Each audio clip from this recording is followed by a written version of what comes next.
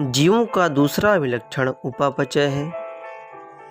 सभी जीव रसायनों से बने होते हैं। ये रसायन छोटे बड़े विभिन्न वर्ग माप क्रिया आदि वाले होते हैं, जो अनवरत जैव अणुओं में बदलते रहते हैं और उनका निर्माण करते हैं। ये परिवर्तन रासायनिक अथवा उपापचय क्रियाएं हैं। सभी जीव, चाहे वो एक कोश की हो अथवा बहुकोश की हो, उनमें हजारों उपापचय क्रियाएं एक साथ चलती रहती हैं। सभी पौधों, प्राणियों, कवकों तथा सूक्ष्म जीवों में उपापचय क्रियाएं होती हैं। हमारे शरीर में होने वाली सभी रासायनिक क्रियाएं उपापचय क्रियाएं हैं। किसी भी निर्जीव में उपापचय क्रियाएं नहीं होती हैं। शरीर के बाहर कोशिका मुक्त तंत्र में उपापचय क्रियाएं प्रदर्शित हो सकती हैं। जीव के शरीर से बाहर परखनली में की गई उपापचय क्रियाएं ना तो जैव हैं और ना ही निर्जीव हैं। अतः उपापचय क्रियाएं निरापवाद जीवों के विशिष्ट गुण के रूप में परिभाषित हैं, जबकि पात्रे में एकाकी उपापचय क्रियाएं जैविक नहीं हैं। यद्यपि ये निश्चित ही जीवित क्रियाएं हैं, अतः शरीर का कोशिकीय संगठन जीवन स्वरूप का सुस्पष्ट अभिलक्षण है। अर्थात उपापचय क्रियाओं को हम सजीवों का मुख्य लक्षण मान सकते हैं। शायद सभी जीवों का सबसे स्पष्ट परंतु पेचीदा विलक्षण अपने आसपास या पर्यावरण के प्रति संवेदनशीलता तथा प्रतिक्रिया करना है। पर्यावरण के उद्दीपनों, जो कि भौतिक, रासायनिक अथवा जैविक हो सकते हैं, हम अपने संवेदी अंगों द्वारा अपने पर्यावरण से अवगत होते हैं। पौधे प्रकाश, पानी, ताप, अन्य जीवों, प्रदूषकों आदि जैसे बाह्य कारकों के प्रति क्रिया दिखाते हैं। प्रोकैरियोटिक से लेकर जटिलतम यूकैरियोट तक सभी जीव पर्यावरण संकेतों के प्रति संवेदना एवं प्रतिक्रिया दिखाते हैं।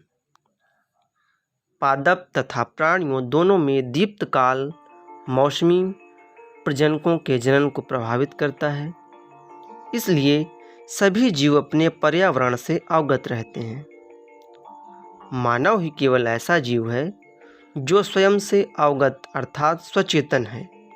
इसलिए चेतना जीवों को परिभाषित करने के लिए अभिलक्षण हो जाती है।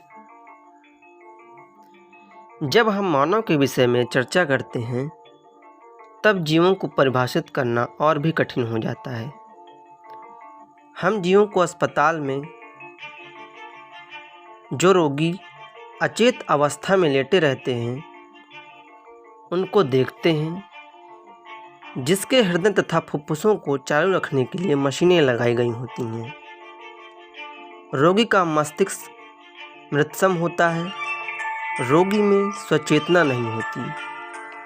ऐसे रोगी जो कभी भी अपने सामान्य जीवन में वापस नहीं आ पाते हैं, तो क्या हम इन्हें जीव अथवा निर्जीव कहेंगे?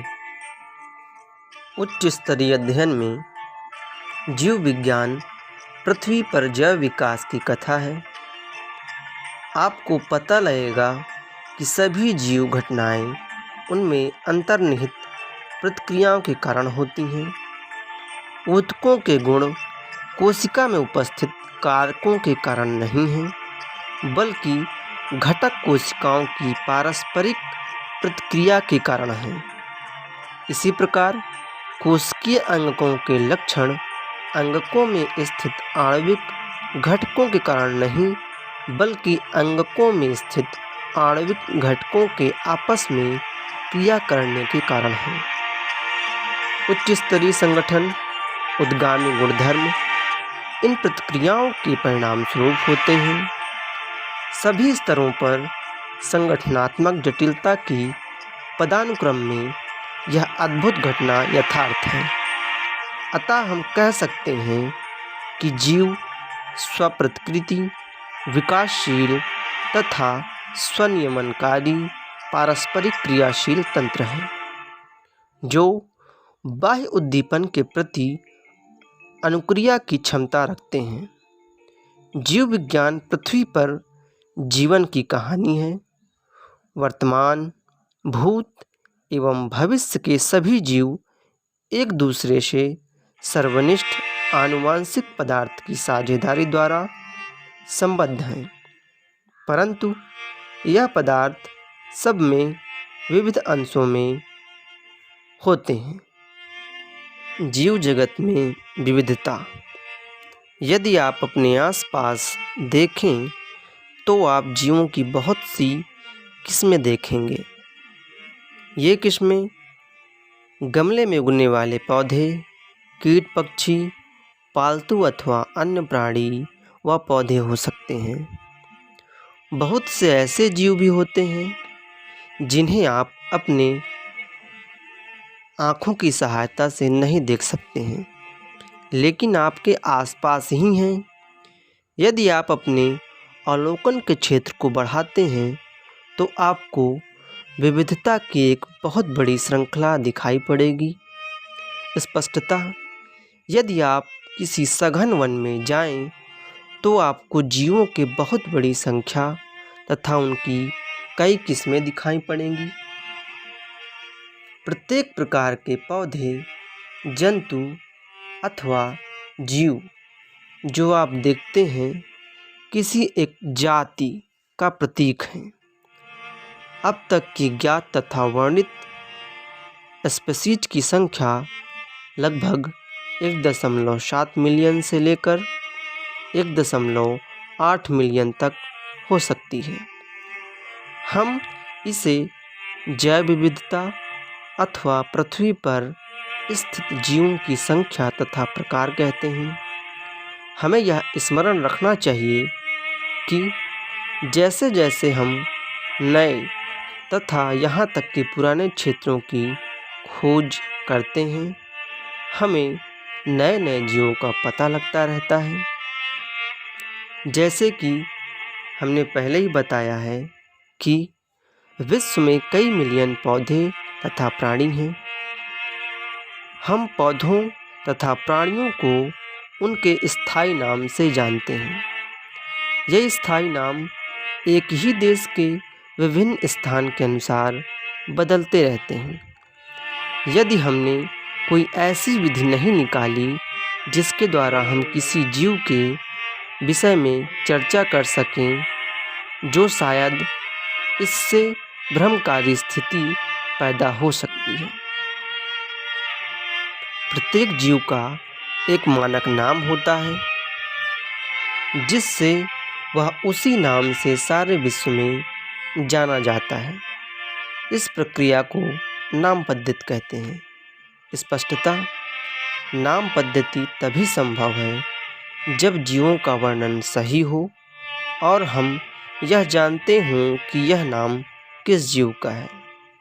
इसे पहचानना कहते हैं। अध्ययन को सरल करने के लिए अनेकों वैज्ञानिकों ने प्रत्येक ज्ञात जीव को वैज्ञानिक नाम देने की प्रक्रिया बनाई है। इस प्रक्रिया को विश्व में सभी जीव वैज्ञानिकों ने स्वीकार किया है।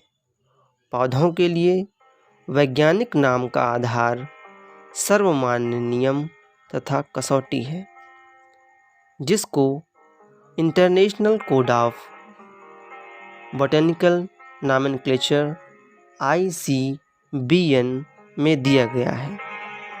आप पूछ सकते हैं कि प्राणियों का नामकरण कैसे किया जाता है। प्राणी वर्ग की विदों ने international code of zoological nomenclature ICZN बनाया है। वैज्ञानिक नाम की यह गारंटी है कि प्रत्येक जीव का एक ही नाम रहे। किसी भी जीव के वर्णन से विश्व में किसी भी भाग में लोग एक ही नाम बता सकें। वे यह भी सुनिश्चित करते हैं कि एक ही नाम किसी दूसरे जीव का ना हो। जीव विज्ञानी ज्ञात जीवों के वैज्ञानिक नाम देने के लिए सार्वजनिक मान्य नियमों का पालन करते हैं। प्रत्येक नाम के 2 घटक होते हैं, वंश नाम तथा जाति संकेत पद। इस प्रणाली को, जिसमें 2 नाम के 2 घटक होते हैं, उसे द्विपद नाम पद्धति कहते हैं। इस नामकरण प्रणाली को कैरोलस लिनियस ने दिया था। इसका उपयोग सारे विश्व के जीव विज्ञानी करते हैं। 2 शब्दों वाली नामकरण प्रणाली बहुत ही सुविधाजनक है।